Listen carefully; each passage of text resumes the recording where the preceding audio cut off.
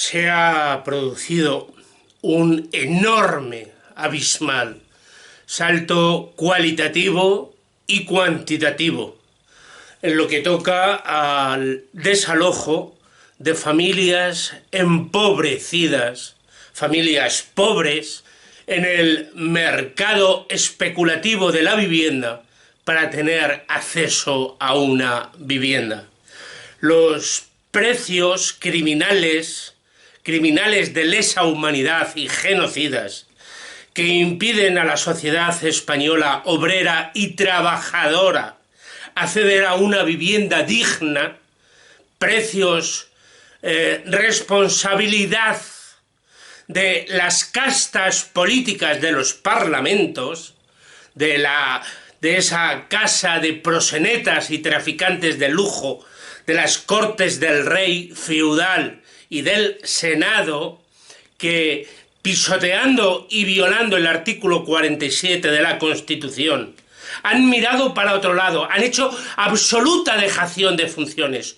Todas esas canallas de bastardos, hijos de la gran puta, que se hacen llamar constitucionalistas y demócratas, donde el artículo 47 dice que los poderes del Estado velarán para que no se produzca y se especule con el derecho humano a la vivienda, y que todos tenemos derecho a una vivienda digna. Bien, ya he dicho en otros vídeos que todas estas canallas, en especial como los grandes que se han alternado en el gobierno del PSOE y el Partido Popular, se han enriquecido y lucrado de la especulación de la vivienda como grandes organizaciones criminales, corruptas, mafiosas. Eso como asociación. Y a título individual se han lucrado, metido hasta la cabeza en negocios, en el negocio de la vivienda, y se han enriquecido y acumulado muy buenos patrimonios en esto que llaman democracia, y no tiene ni una mijita de democracia, porque ni está al servicio de nuestras necesidades vitales y de nuestros intereses, ni decidimos nada, decidimos una mierda. En relación a ese salto cuantitativo en el desalojo de familias, hace 2 noches, mientras familias dormían en Collado Villalba, en un edificio cuya titularidad ostenta la Sareb, pero que es nuestro, es propiedad de todas y de todos, todas las viviendas de la Sareb, todas las hemos pagado entre todas y todos, y son nuestras. La Sareb es nuestra, de la clase obrera y trabajadora. La Sareb es propiedad de la clase obrera y trabajadora, no de ese canalla, bastardo, cínico, falso e hipócrita que hoy ocupa el Palacio de la Moncloa, que se llama Sánchez Castejón, y que se hace llamar socialista, como toda su manada de estos, de la rosa en el puño. La rosa se pudrió, la rosa del PSOE se pudrió en su puño de tan cerrado y apretado que lo tiene, porque lo tiene apretado y cerrado contra la clase obrera y trabajadora, sirviendo como auténticos perros lacayos al gran capital, a los bancos, a los fondos buitre, a los especuladores y a los depredadores de nuestras vidas. Pues el salto cualitativo ha sido que han quemado con gasolina edificios, un edificio de noche mientras dormían, en la paz, tranquilidad y seguridad de sus hogares. Y he formulado y mantengo tanto la formulación de la pregunta como la hipótesis de los responsables detrás. ¿Queda claro? Labor de la policía y de la Guardia Civil de Collado Villalba investigar. Pero todos los hechos apuntan en una sola dirección. Edificio, propiedad nuestra, ocupado por familias vulnerables, titularidad de la Sareb. Se le mete fuego de noche para quemar vivas a las familias. El salto cualitativo es quemar vivas a las familias. Milagrosamente solo ha habido heridos, pero para quemar vivas a familias que dormían en el edificio y que han tenido que salir ayudadas por bomberos y por las ventanas, no por las puertas de su casa. Varios focos de incendio provocados con gasolina. ¿Vale? Durante años hemos visto cómo las mafias criminales organizadas de nazis y fascistas embrutecidos de clenbuterol en los gimnasios, mucho músculo, ninguna neurona, nada de corazón. Esos nazis y fascistas organizados se han dedicado a lo que se llama desocupa y han crecido las empresas de desocupa en este país como setas en el campo, como setas en el campo. Era la amenaza, la intimidación, la violencia lo que empleaban. Violencia física, amenazas, intimidación, poner controles en un edificio, como si tuvieran algún tipo de autoridad para decidir quién entra y quién sale de un edificio. Todo esto con el apoyo policial, con el apoyo de las fuerzas y cuerpos de seguridad, de la gran banca, porque no, de esos ángeles protectores del infierno, de la gran banca, de los fondos buitre, de los especuladores, de las grandes empresas. Porque ese es el objetivo fundamental por las que han sido creadas y creados esos cuerpos. Desde la Guardia Civil, que fue creada para proteger a los señoritos de los grandes cortijos, de los hambrientos, a los que explotaban y sacrificaban en aras de sus beneficios. Para eso fue creada la Guardia Civil. No fue creada para proteger la vida del campesino. No. Y la policía era la policía del rey, de siempre, y sigue siendo la policía del rey, que le jura lealtad al rey. Y estamos en ese contexto, en un contexto donde han dado un salto cualitativo y cuantitativo. Ya no se trata de amenazar, de intimidar, de enviar 19 furgones, 20 furgones, de perros uniformados, armados, violentos, acostumbrados a dar palos, a torturar, a disparar, a golpear, a patear al pueblo. Acostumbrados a eso, acostumbrados a torturar a la sociedad en aras del orden del gran capital. Le llaman orden social. Es el orden que sostiene la explotación de los seres humanos, la esclavitud de los seres humanos. Para eso sirven los cuerpos estos, los UPR, las UIP de la policía, porque obedecen órdenes que repugnan la conciencia humana. Obedecen órdenes que repugnan por completo la conciencia humana. Y me estoy extendiendo más de lo que quería hacer. Bien, pues todos esos grupos fachanazis organizados en el Estado español que cantan a eso de Dios, patria, rey, respeto y esas cosas, veréis. Esta es la Biblia, es la supuesta palabra de vuestro Dios. Este tocho, tengo otras 7 traducciones diferentes de este tocho, que está lleno de mierda, pero de vez en cuando dentro de él, aparece algún diamante en bruto, ¿eh? Algún diamante en bruto. Pues este es el que os cito a todos, a los Borbones, a ese clan criminal de ladrones, de puteros, etc., etc., etc., etc., que siempre os digo, a las castas de políticos, a las castas de jueces y fiscales, a las castas de policías, de militares, de carceleros, los que lleváis las llaves de esos centros de tortura última de seres humanos. Este libro, os he citado muchas veces de él. Vosotros odiáis el bien, pero odiáis con todo vuestro ser el bien. Amáis profundamente el mal.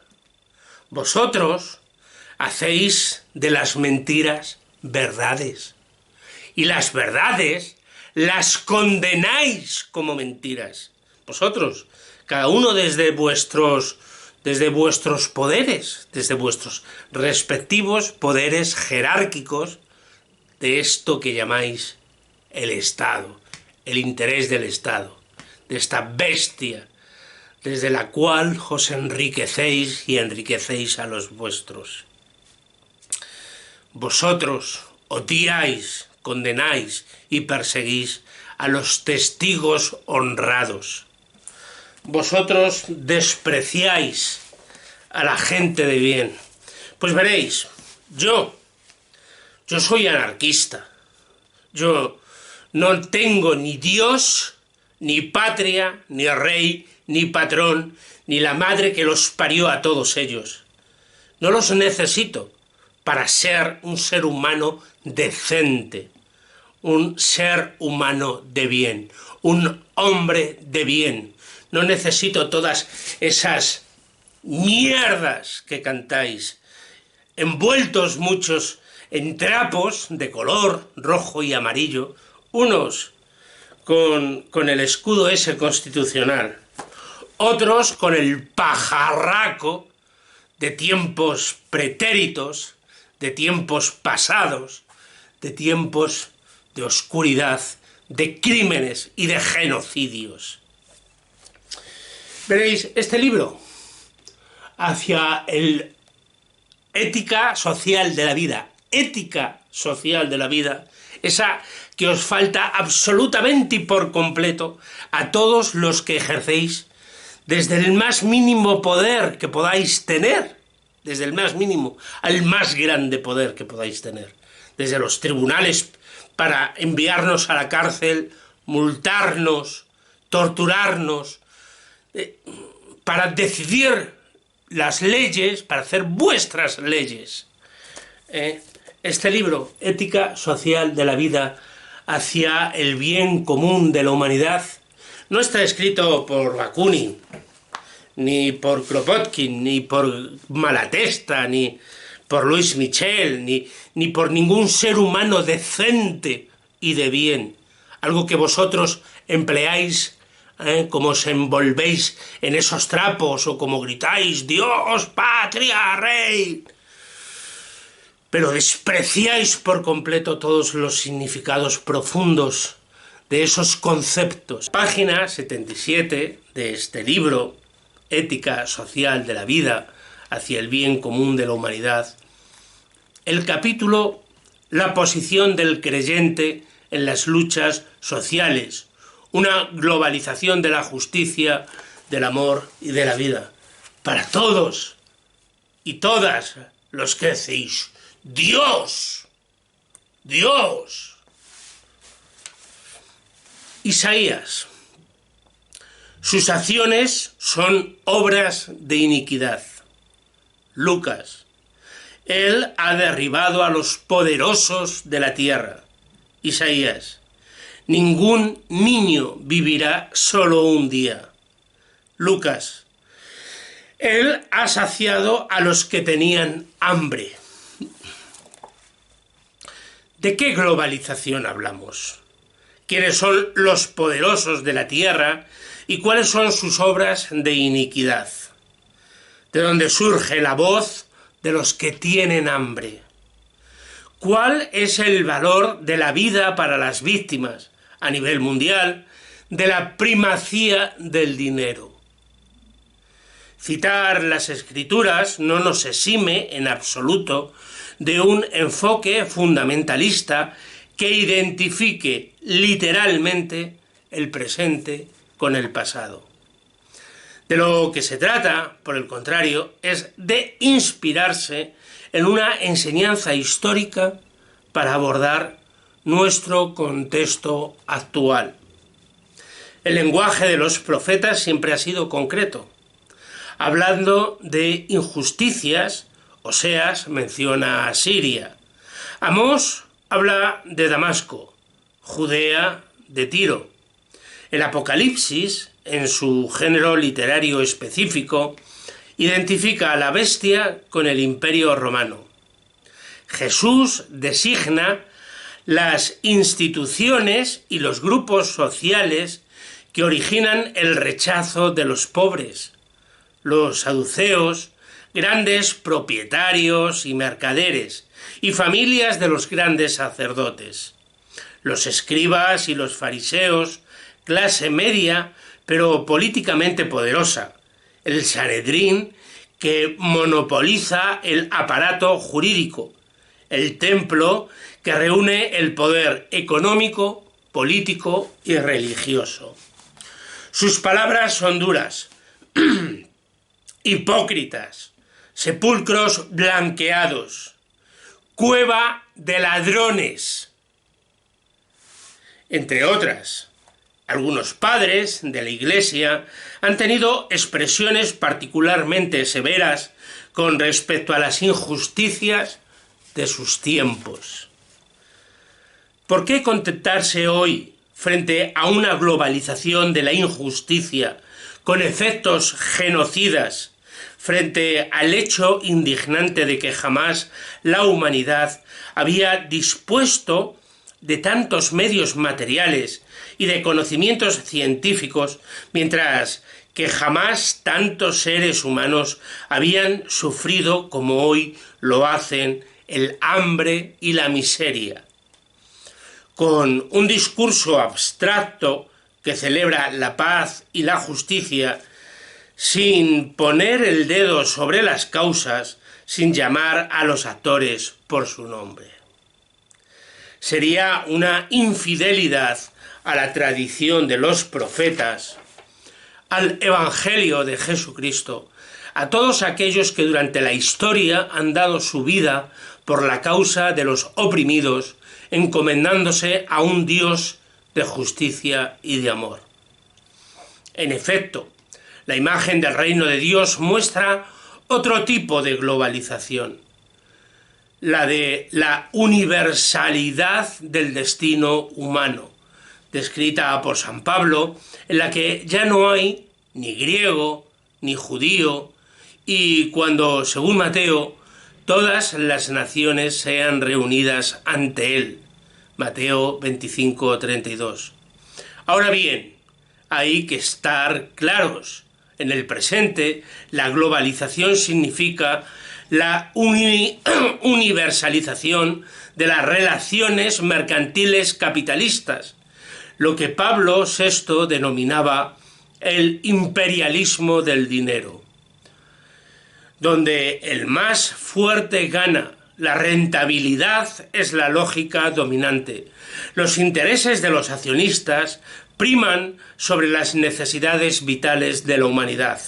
La función de la economía se ha desviado de su sentido, el de proporcionar la base necesaria para la vida física, cultural y espiritual de todos los seres humanos del mundo, para convertirse únicamente en la producción de un valor añadido y, finalmente, donde una minoría absorbe más del 80% de los ingresos mundiales, mientras que cientos de millones de personas viven en la miseria. Desde luego, no es la globalización la que crea las injusticias y desigualdades, pero hoy día es el instrumento por excelencia para su reproducción y crecimiento a escala mundial, a pesar de lo que el discurso dominante sigue diciendo.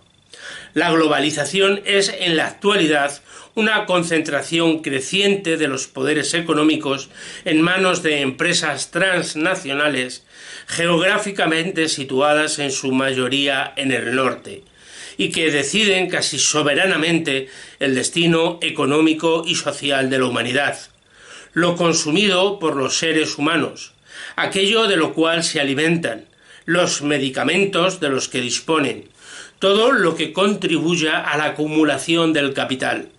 Los otros, los pobres que carecen de poder de compra, son abandonados a sí mismos, excluidos del mercado, a expensas de la beneficencia y de la acción humanitaria, al abrigo de los programas de lucha contra la pobreza, nueva forma de caridad que no reforma la estructura, que alivia la conciencia de los pudientes y permite al Banco Mundial reconstruir su legitimidad.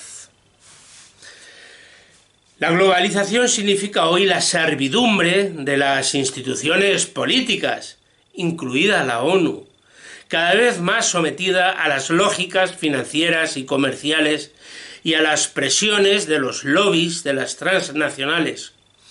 Los órganos fundados en Bretton Woods con el fin de regular la economía mundial, el Banco Mundial y el Fondo Monetario Internacional, se han convertido en instrumento al servicio de la acumulación privada a nivel mundial.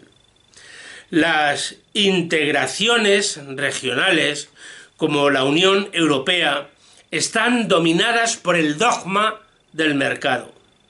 Antes de ser portadoras de una solidaridad común y de valores culturales compartidos, Europa, vista desde el sur, aparece como la continuidad, bajo otras formas, de la larga historia del capitalismo que sometió a los continentes periféricos a sus intereses económicos y políticos mediante la esclavitud y las guerras coloniales.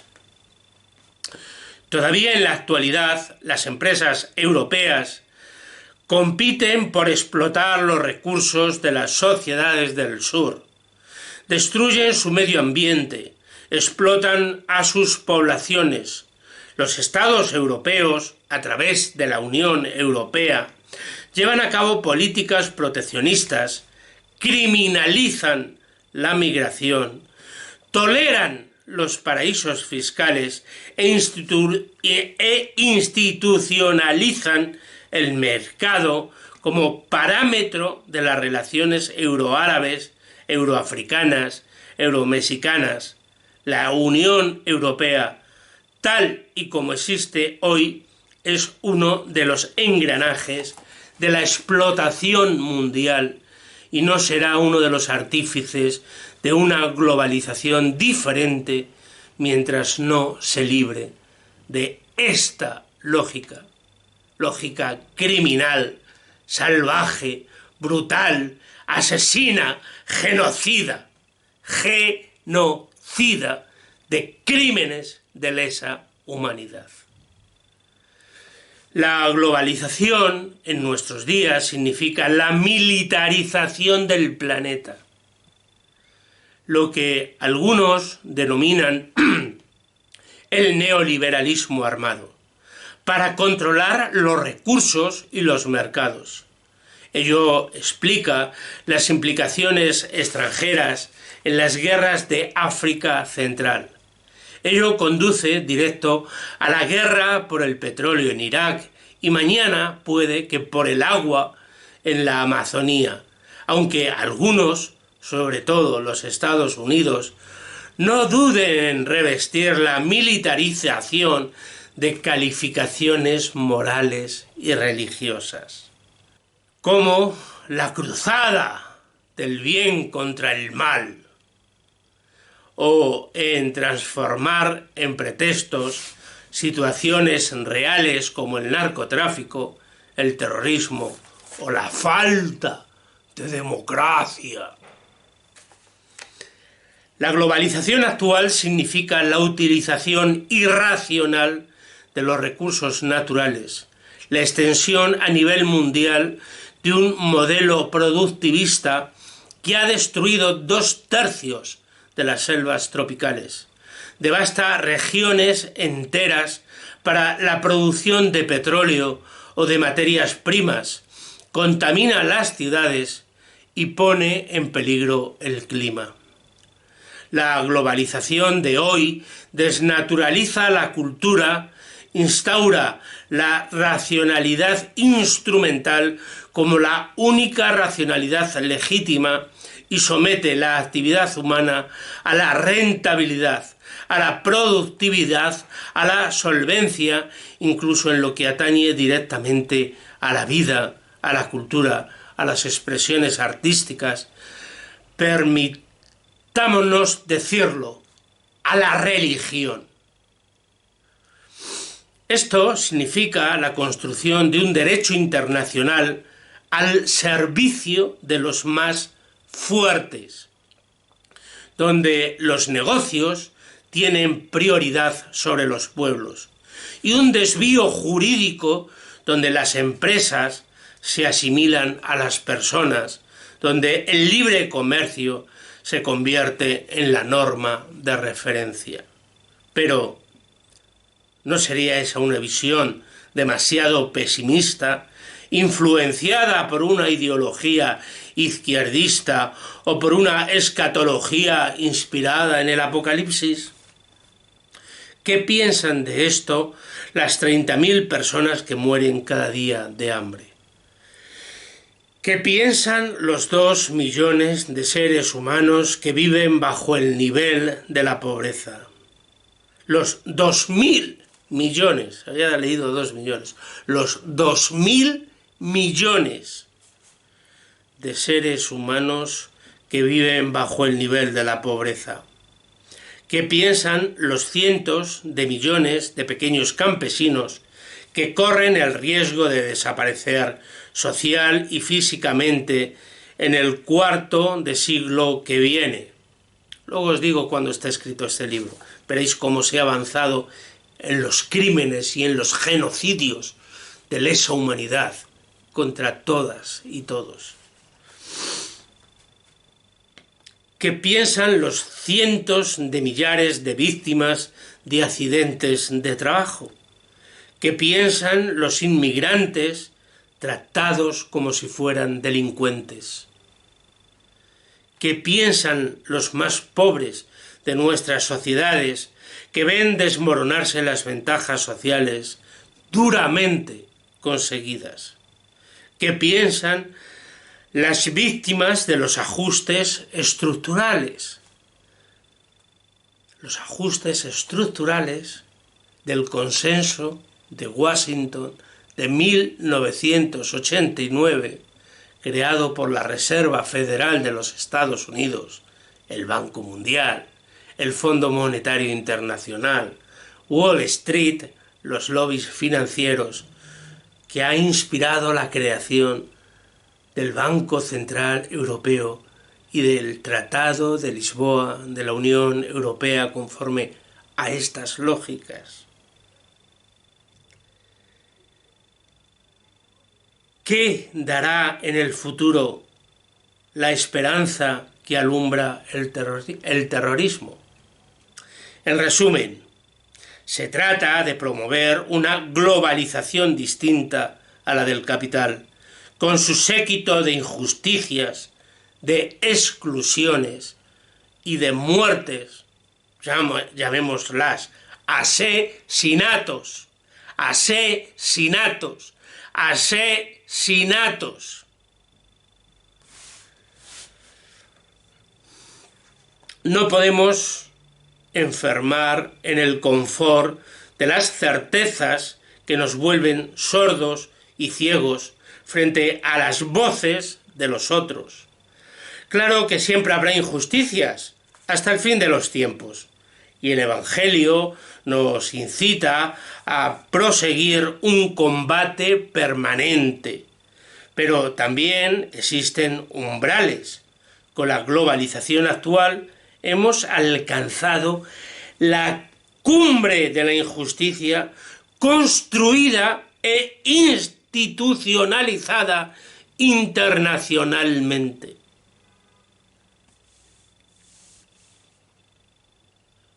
Para eso están los estados.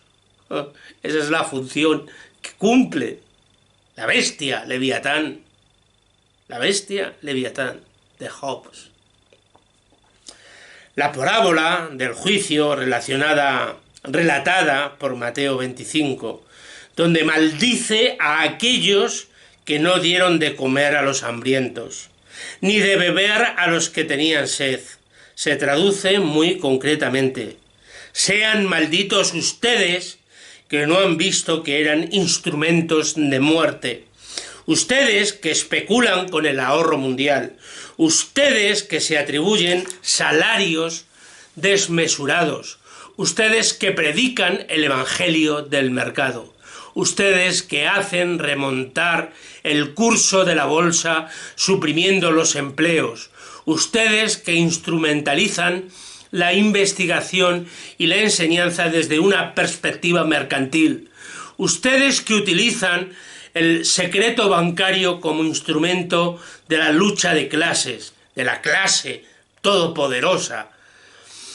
ustedes que desmantelan y privatizan los servicios públicos, ustedes que destruyen la solidaridad, ustedes que reducen a la mitad de la humanidad al estado de masas inútiles, puesto que es a mí a quien han hurtado la fuente misma de la vida.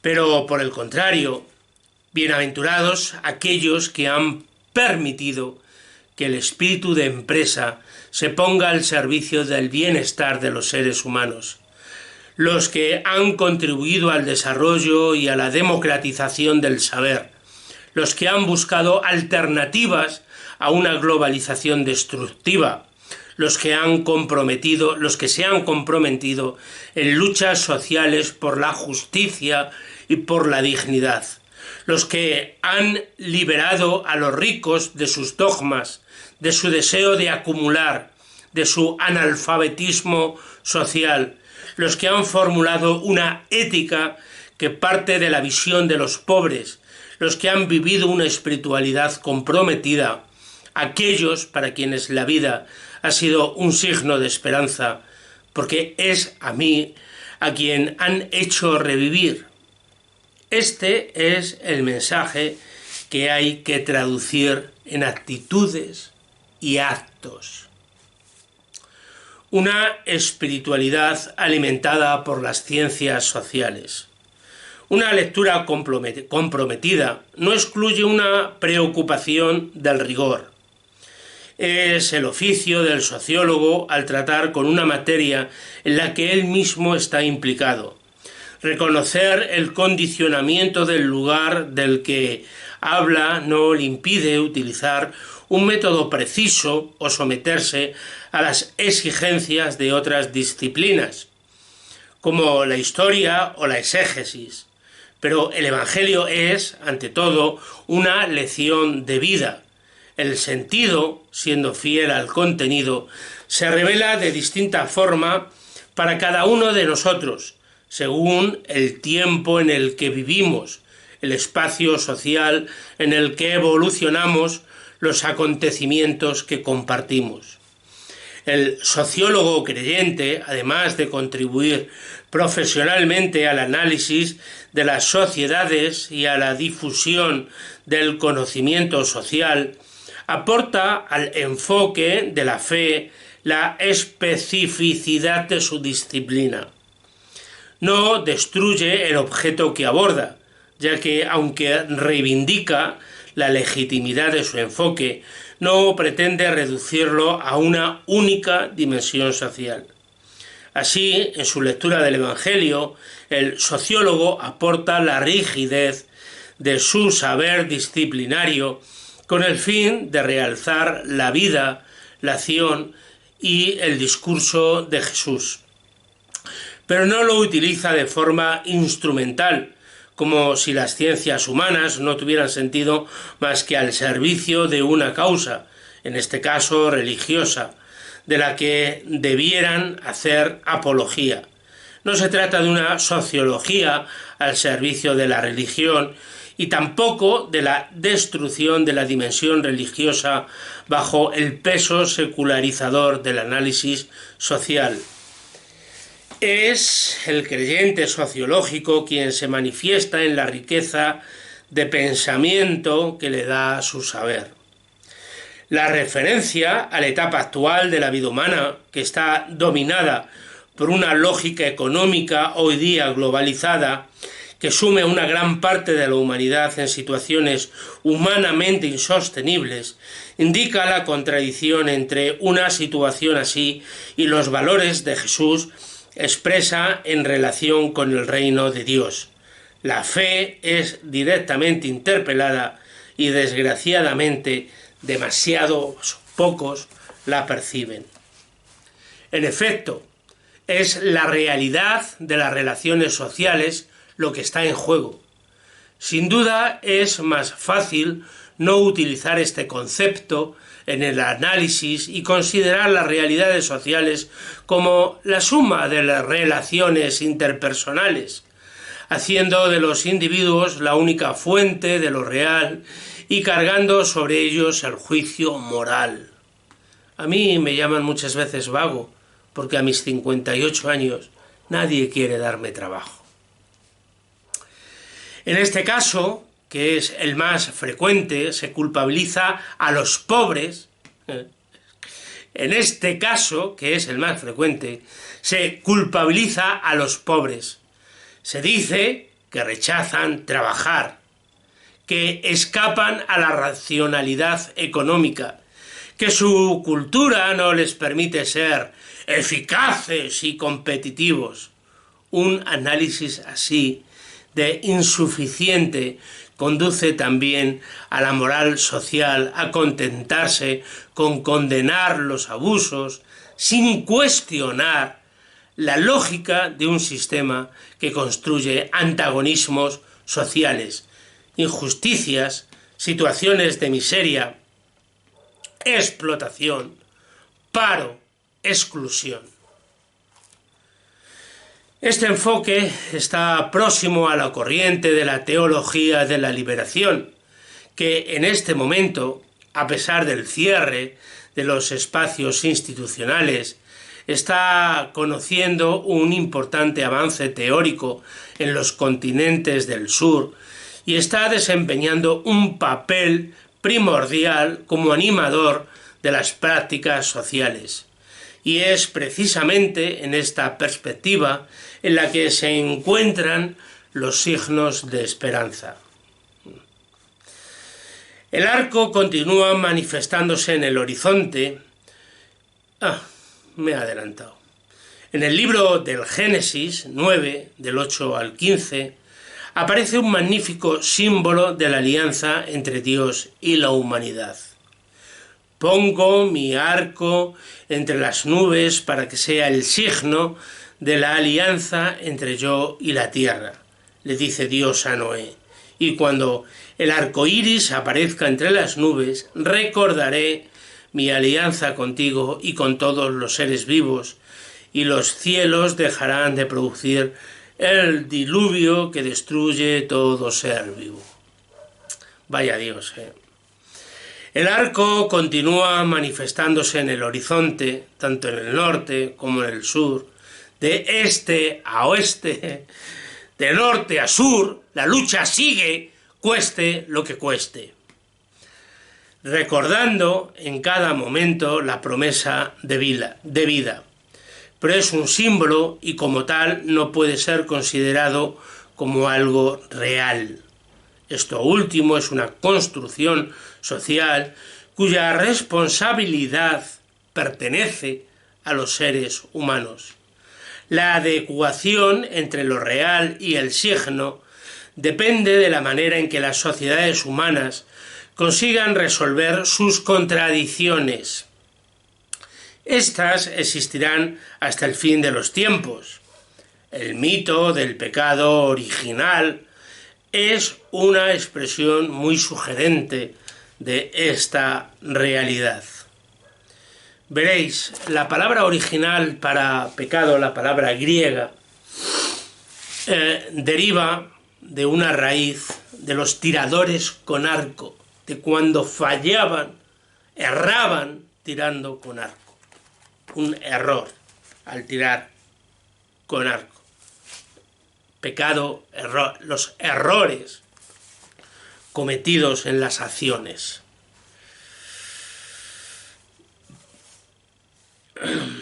Por eso, todo esfuerzo por mejorar el destino de los seres humanos víctimas de la desigualdad, de las relaciones sociales o de las distintas formas de injusticia contribuye a hacer resplandecer el arco, la imagen de la alianza.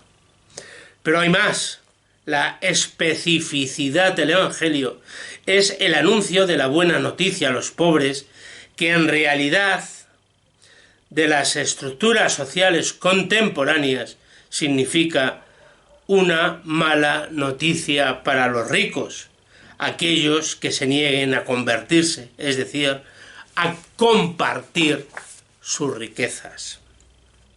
Ahora bien, en la sociedad, esperar que los ricos y los poderosos de la tierra renuncien por sí mismos, de buena voluntad, a sus privilegios, a la acumulación de las riquezas, es como pretender meter todo el agua del océano, como esperar que todo el agua de los océanos, esa metáfora que a mí me enseñaron en la infancia, entre en un vaso de agua.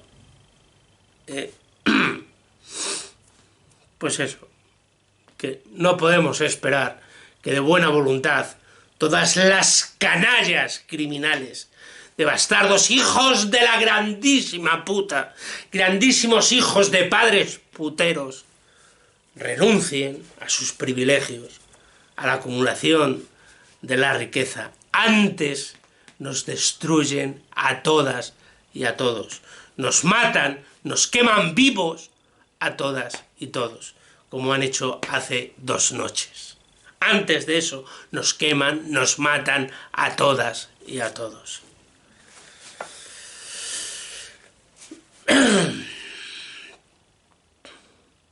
A compartir. Ahora bien, en las sociedades actuales, eso implicaría la aceptación de una lógica distinta a la del mercado total, la reorientación de la globalización de la economía, la democratización de las decisiones políticas y económicas. Hoy, todas las decisiones en materia de política económica, siguen la formulación del decálogo, el sagrado decálogo, las tablas sagradas del neoliberalismo expresadas en el Consenso de Washington de 1989. Buscad los decálogos, cada uno de esos 10 mandamientos, y veréis cómo nos roban la vida y nos asesinan a todas y todos. Los que se hacen llamar socialdemócratas, los que se hacen llamar comunistas y los fascistas se hagan llamar demócratas cristianos, liberales, neoliberales, la mamarrachada que les dé por llamarse.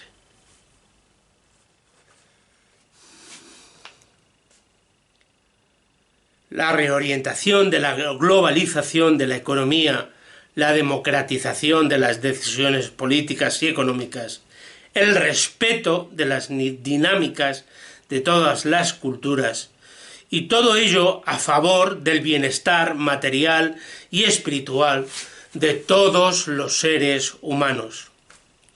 Por eso, las luchas que están en curso para que los beneficios de la globalización se pongan en primer lugar al servicio de los pobres y para que no desemboquen en el poder absoluto de las empresas transnacionales para que los cálculos económicos incluyan los costos humanos, desempleo, migraciones, desregularización del tiempo de trabajo y ecológicos, todo lo que se incluye dentro del significativo vocablo de externalidades. Son iniciativas que anuncian nuevas perspectivas y otras prácticas sociales y se corresponden con la promesa divina tal y como el libro de Génesis simboliza. También existen movimientos sociales en nuestras sociedades occidentales que expresan claramente el rechazo a un crecimiento sin empleo, a una acumulación en detrimento del trabajo, al desmantelamiento del Estado y de sus funciones regulatorias para que nazca otro orden económico que responda a las necesidades de todos. Las reivindicaciones por una democratización de los estados que vemos en Chiapas, en Corea del Sur, en la República Democrática del Congo o en Rusia. Las exigencias de respeto hacia los derechos del hombre, paro, Rusia. Este libro está escrito, publicado por primera vez en 2013. 2013 se publicó este libro de François Houdard, Ética social de la vida hacia el bien común de la humanidad. Mucho ha llovido desde el 2013 y muchas vueltas han dado, como en el caso de Rusia. Putin, aquel Putin recibido con honores por todos los estados, por todas las empresas. Una espiritualidad que ignore estas dimensiones de la fe sería en vano y especialmente desencarnada. Basta con recordar a Mateo 25, 31 al 46, el pasaje sobre el juicio y sus criterios. A nosotros nos toca traducir en la historia actual lo que significa el hecho de dar de comer a los que tienen hambre, de beber a los que tienen sed, de vestir a los que están desnudos, de acoger al extranjero, facha nazis, de visitar a los enfermos y a los prisioneros, de hacer ver a los ciegos y oír a los sordos. Hacer ver a los ciegos y oír a los sordos.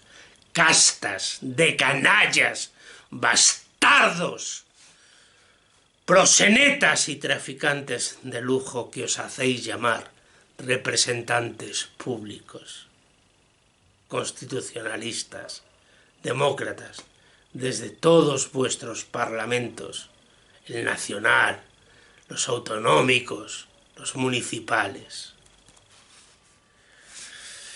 En un mundo de incomunicación, no específicamente entre personas, ya que solo una pequeña proporción de la humanidad puede acceder realmente a dicha intercomunicación, sino sobre todo entre las instituciones y los poderes. La fe cristiana cobra un nuevo sentido que este enfoque nos ayuda a comprender y a vivir con un signo de esperanza. Una espiritualidad así definida nos conduce necesariamente a abordar la reflexión teológica, la que nace de una lectura de la situación de los pobres y de los oprimidos de hoy, una teología de la liberación. Lo que hemos dicho con el cristianismo tiene aplicación también en otras tradiciones religiosas.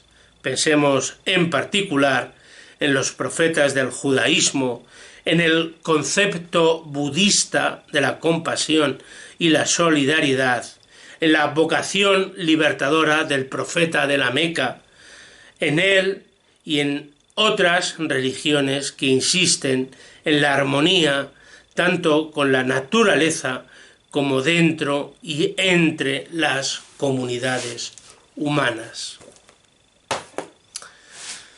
Como anarquista, hago otras lecturas en relación a lo que significa el poder, el hecho real del poder de los estados y del capital, y el cómo las religiones han contribuido, las religiones, no este hombre, no este que es un sacerdote católico, en conjunto contribuyen al sostenimiento de estos crímenes, de estos genocidios, de este apocalipsis zombie humano provocado por zombies humanos, desde los más elevados poderes hasta las más ignorantes masas sociales.